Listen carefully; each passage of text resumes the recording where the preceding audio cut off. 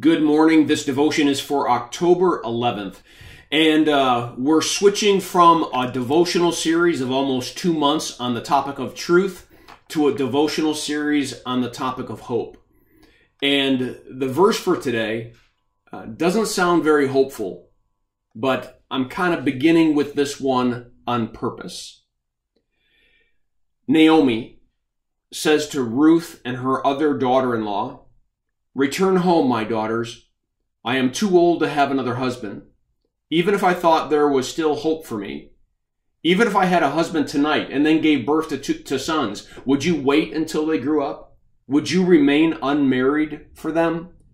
No, my daughters, it is more bitter for me than for you because the Lord's hand has gone out against me."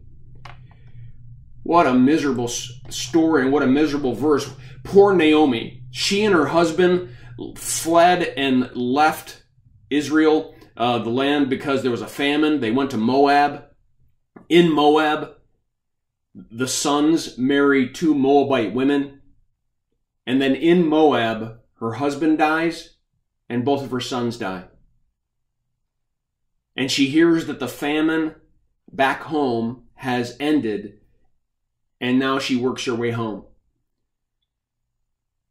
And she is feeling hopeless, absolutely hopeless. She even feels that God's against her. You can see it in the verse. So she turns to her 2 daughters-in-law and says, just stay in your land and I'll go to my land, and this has just been miserable. Well, the rest of the story is that Ruth, one of the daughters-in-laws, says, "No, I'm going with you. And yes, life's been hard, but I'm going with you because I believe in your God. And I love you and I love your God, and so wherever you go, I'm going because I want to stay in that relationship with you and I want to stay in that relationship with your God." And so they both get back to the homeland, and by chance maybe, of course not, God's provision, Ruth ends up running against and meeting this man named Boaz. He just happens to be a descendant of Naomi. And he just happens to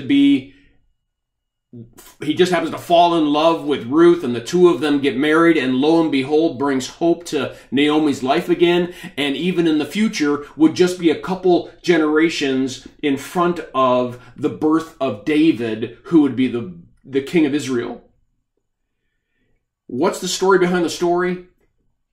I guess it's that we need to understand that we can have hope even in hopeless situations because God sees bigger than we see. He sees more than we see. And he promises to even take bad situations and make them good. And if he can do it in the life of Naomi, who lost a husband and 2 sons, he can do it in our lives as well. So let's have hope. Let's have hope even when our eyes would say no, because we know of a God who sees more than we see and promises to make all things work to the good. Well, I pray that this devotion is a blessing to you, and have a firmly rooted day.